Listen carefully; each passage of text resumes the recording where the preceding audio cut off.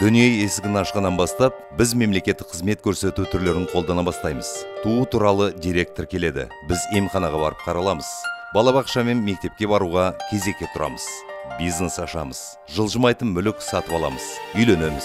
Жәрдемақы рәсімдейміз. Қазіргі кезде қызмет көрсету түрлерін қолдану электрондық жүйеде 3w.egov.kz порталында өте жеңіл және қолайлы.